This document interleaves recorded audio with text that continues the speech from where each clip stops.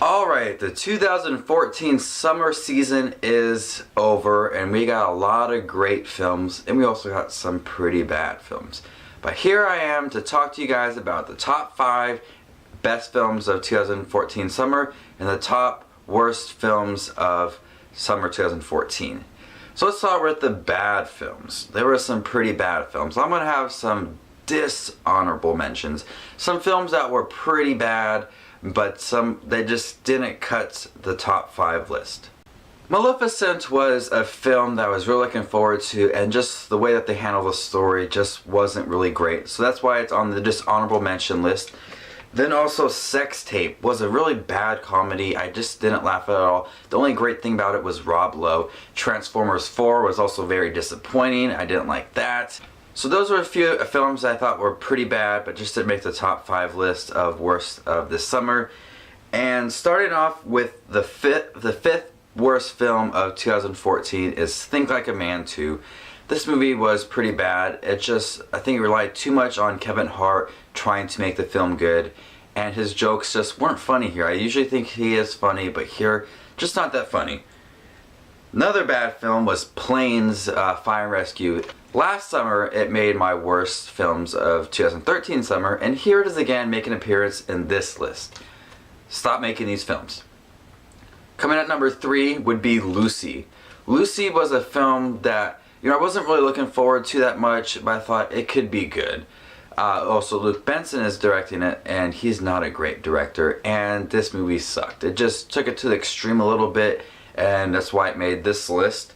Coming in at number 2 was a film I wasn't looking forward to, but then the more I saw the previews a little bit, I thought it could be funny, and that's Tammy. Tammy was a film I did not laugh once at, and it was horrendous.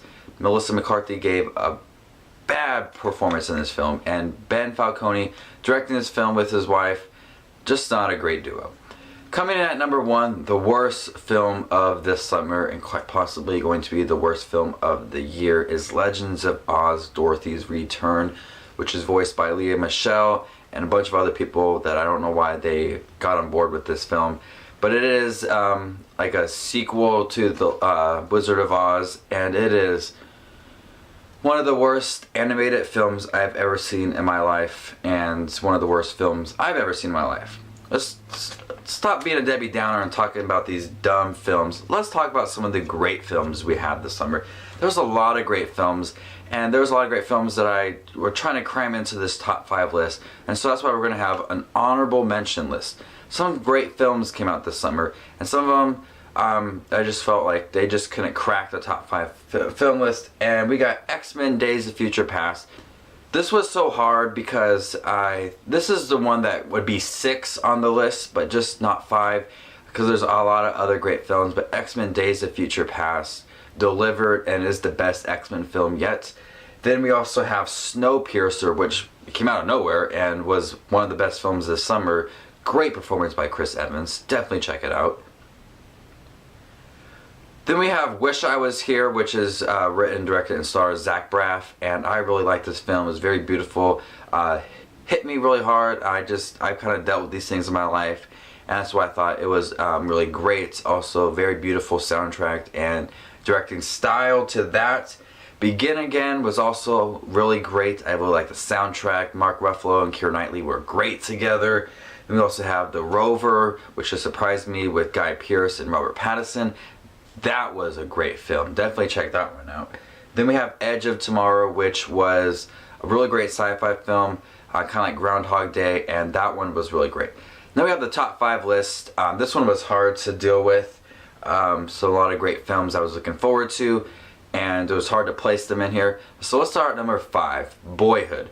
Boyhood was a really beautiful film, really long, but it's meant to be long, and just this film is nothing like I've ever seen before. And I did like the soundtrack, great acting, a very simple movie about just a boy, about his life and the things they go through with, and that's why Boyhood is number 5. Coming in at number 4 is Guardians of the Galaxy.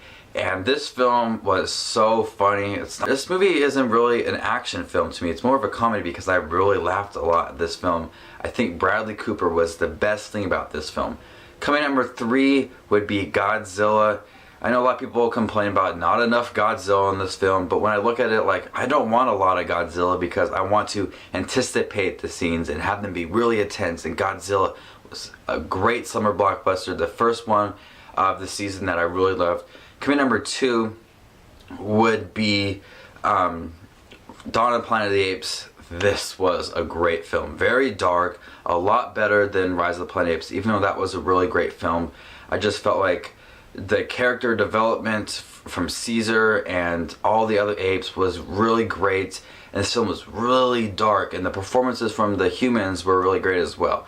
Coming number 1, and this one came out of nowhere and surprised me right after I saw it and surprised everybody I told. And that is What If, starring Daniel Radcliffe and Zoe Kazan. This movie was so beautiful. I just haven't felt so much for a movie this year more than I did for What If. I cried because of how happy I was. I laughed so much. I related so much to this film, and that might be why I put it at number 1. But What If was just, it was just such a great film that I just felt so much for. I was so invested into this film. And that is why it is number 1 for the 2014 summer season. So this is just watching movies with his best and worst of the 2014 summer season.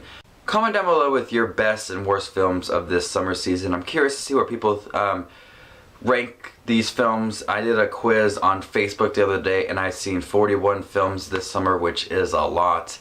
And these were the top 5 best films and top 5 worst films of this season. So this is just watching movies, and I'll see you later. Bye.